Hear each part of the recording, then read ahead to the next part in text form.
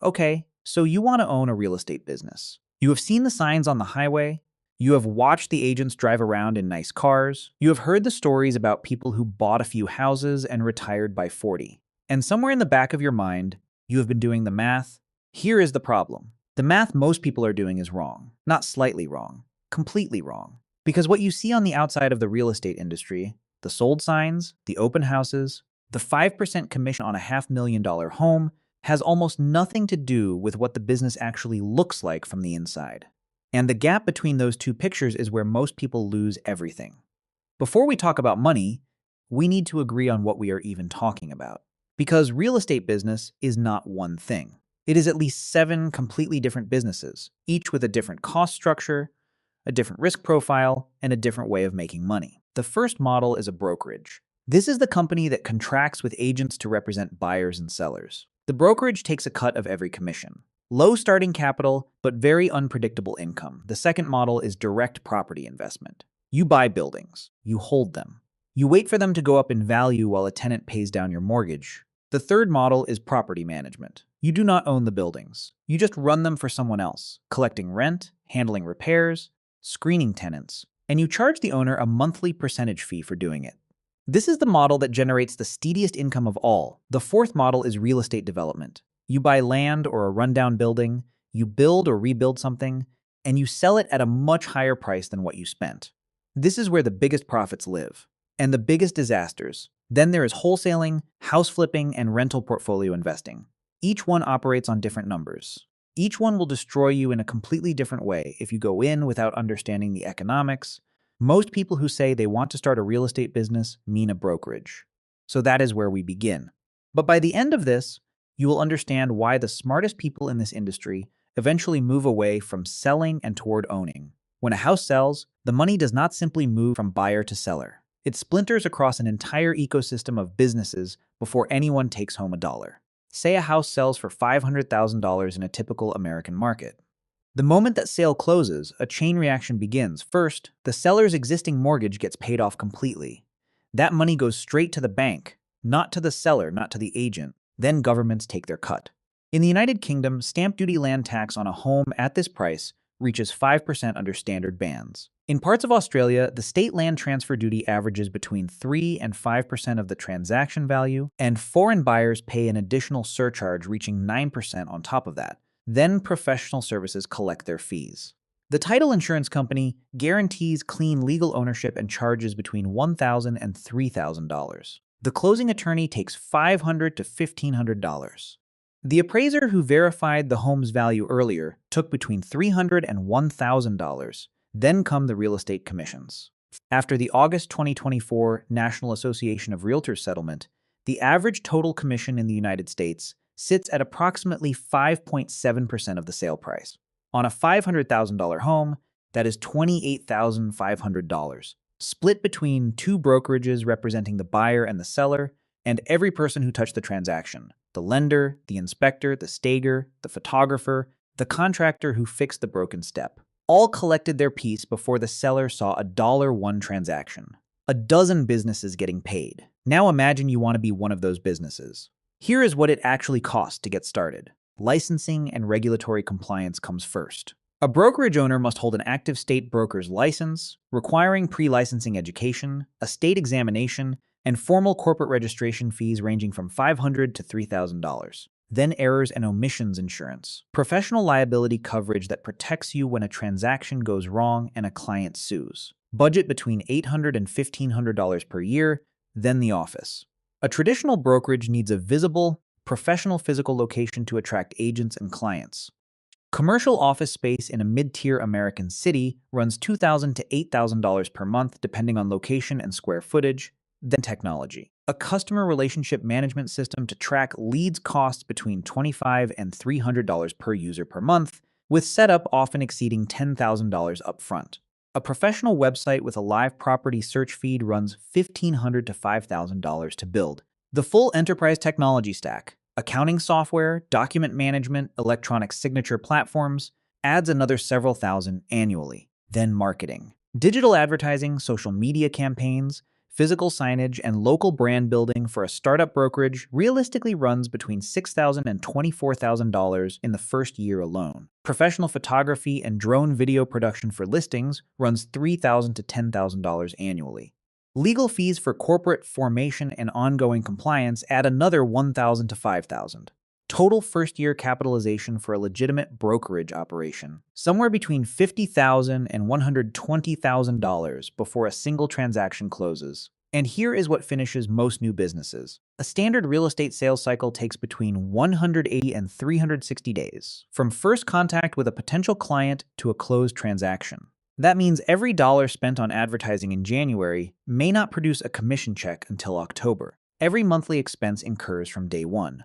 The revenue does not arrive for months. The businesses that fail, and the majority of them do, fail because they run out of cash before the first deal closes. Not because the business model was wrong, because they did not enter with enough capital to survive the gap. The structural cash flow mismatch of real estate is one of the most dangerous in any service industry. Compounding this is the cost of finding a client in the first place. Real estate is one of the most saturated service industries that exists. In almost every major city, thousands of licensed agents and hundreds of brokerages compete for the same buyers and sellers. This competition drives digital advertising costs dramatically higher. In competitive markets, a single click from someone searching for homes on Google can cost between $5 and $15 in paid search advertising. Since only 1 to 2% of website visitors ever become actual paying clients, the company must generate between 50 and 100 clicks, at $5 to $15 each, just to find a single potential lead. And most of those leads require months of nurturing before they close a transaction. On top of this, new brokerages face what can simply be called the trust deficit. When someone is about to spend the largest amount of money they have ever spent in their life, they do not choose the brokerage that opened last year. They choose the name they have seen for 20 years. They choose the company their parents used. They choose the brand that shows up on every corner. Breaking through that brand trust barrier requires sustained marketing spending that a brand new business can barely afford, while also paying rent, salaries, and software subscriptions every single month. The only path through this phase is entering with a cash reserve large enough to cover every monthly expense for at least 12 months without earning a dollar of revenue. Assuming a business survives the early losses, here is where the revenue actually comes from, and which streams matter most for long-term health. Sales commissions are the most visible source. The brokerage collects a percentage of every transaction, retains a portion of that commission, and distributes the rest to the representing agent. On a standard $500,000 home with a 2.88% listing commission, the brokerage collects $14,400. At a 30% retention split, the brokerage keeps $4,320. After franchise royalty fees and overhead allocation, the net profit per deal is often under $2,000. Across 100 transactions per year, the brokerage might generate $200,000 in gross retained commission. Against overhead costs of $120,000 to $200,000 annually, the margin is thin. Rental placement fees add a second stream. When a landlord needs a tenant, the brokerage markets the vacancy, screens applicants, and executes the lease. The standard fee equals 1 full month's rent. On a $2,000 per month apartment, that is $2,000 for a few weeks of work. Property management fees are where the real defensive income lives.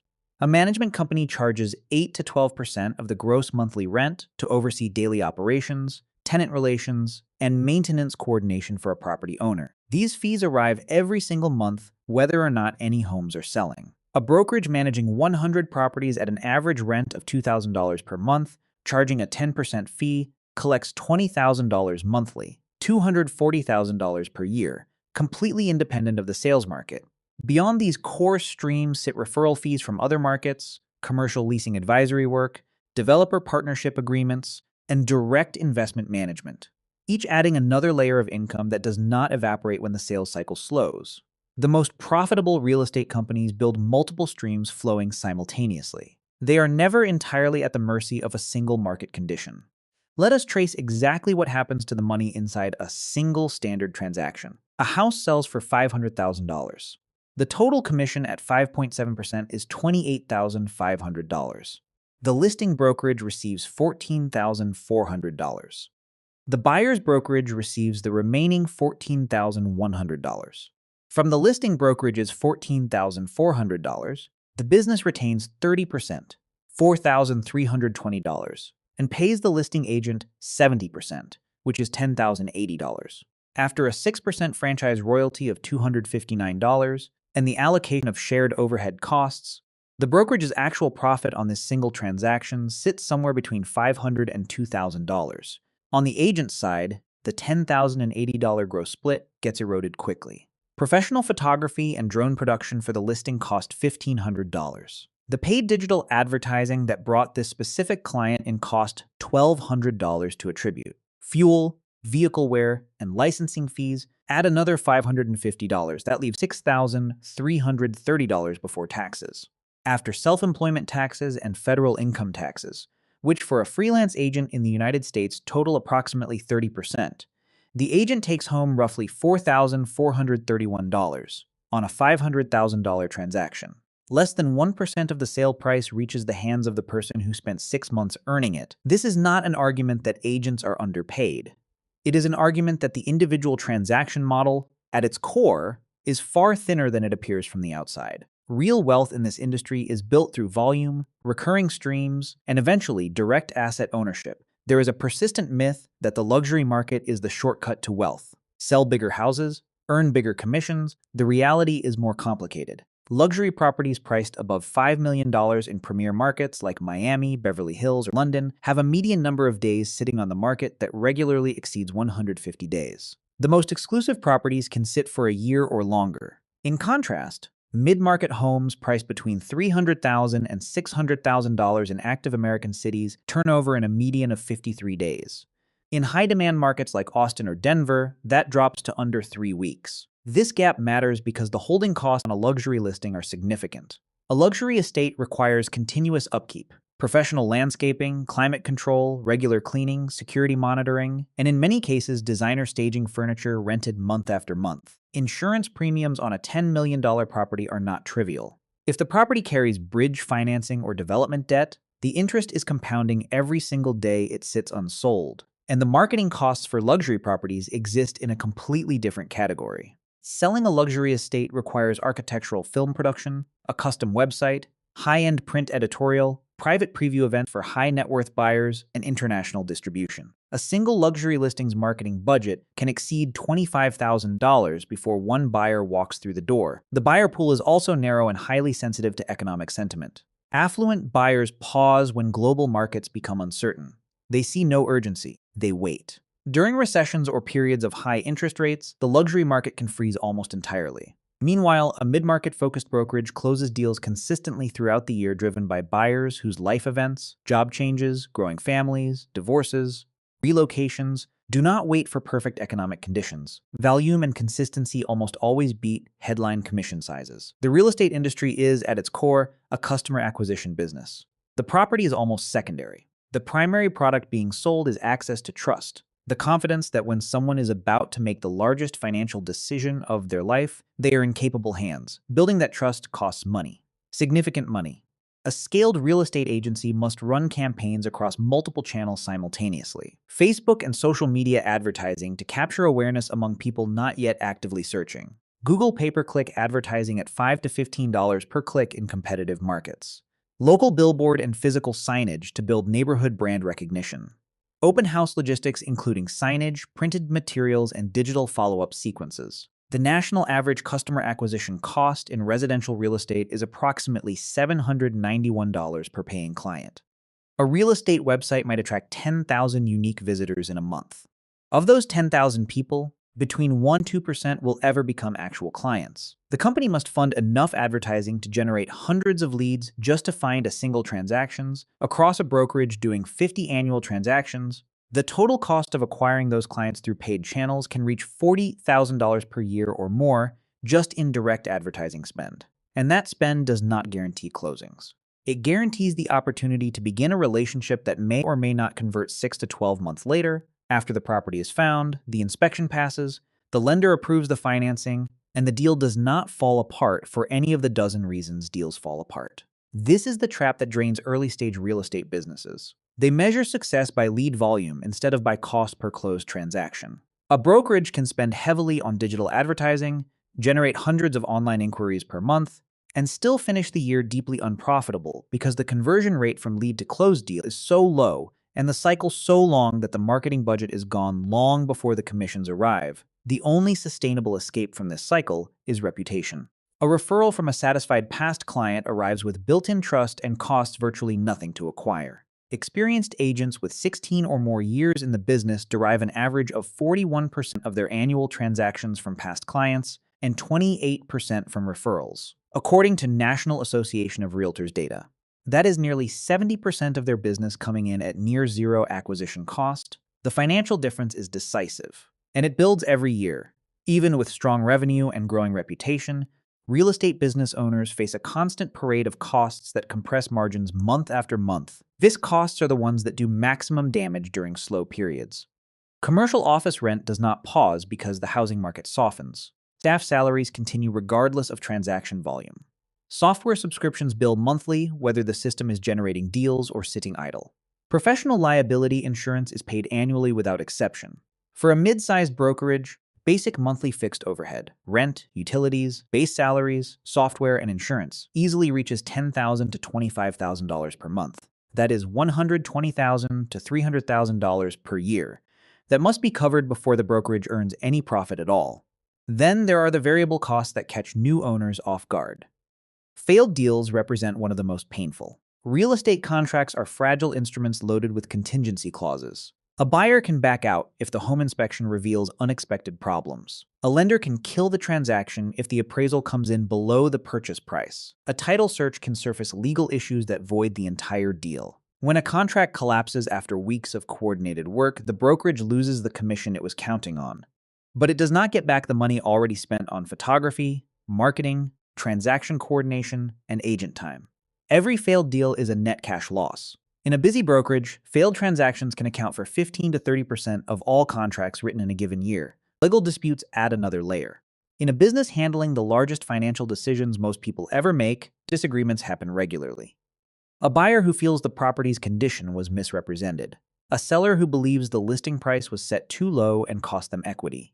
A landlord disputing a tenant's security deposit. Each of these situations requires legal counsel, and in the United States, professional liability claims against real estate agents and brokerages have been rising steadily. Every dispute, regardless of outcome, costs legal fees, and the distraction alone pulls the business owner away from generating revenue during some of the most critical weeks of a transaction season. The risks in this business are structural.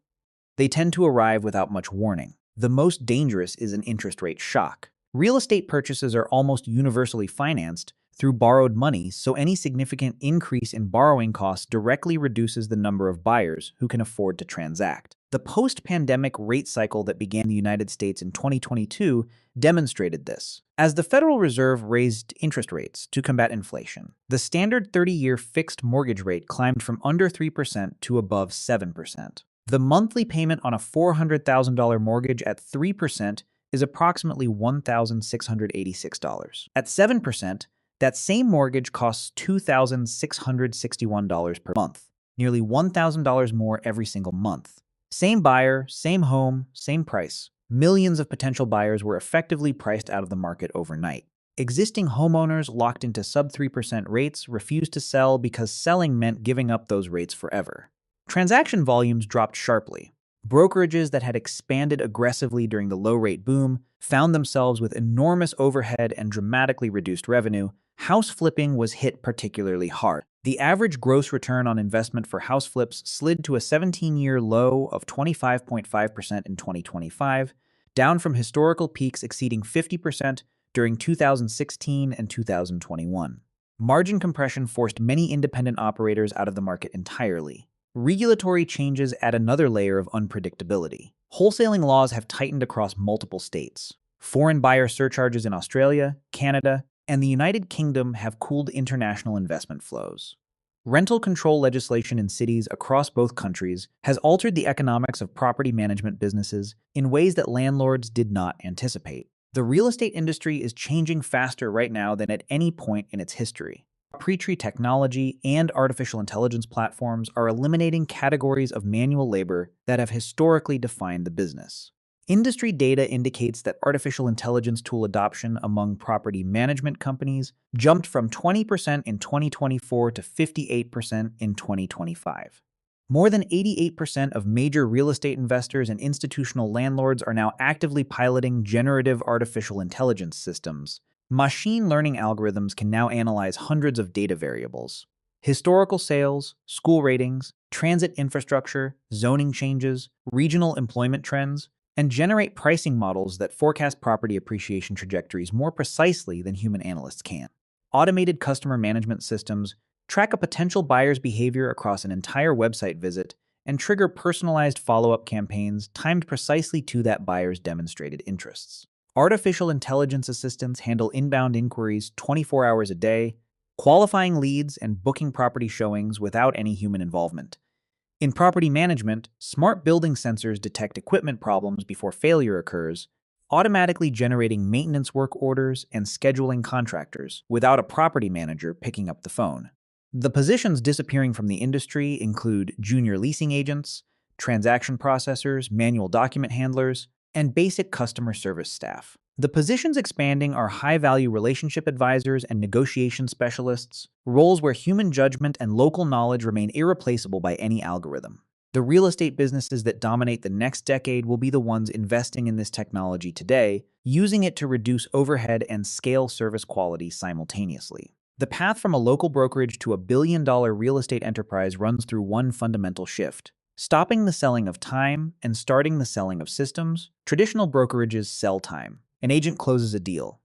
The brokerage takes a split. The transaction ends, the income ends, and the cycle repeats. There is a structural ceiling to how fast you can grow when revenue depends entirely on individual transactions your agents can close in any given month. The companies that reach the highest levels of scale do it by franchising their systems instead of their labor. Keller Williams and Remax do not own the local offices their agents work from.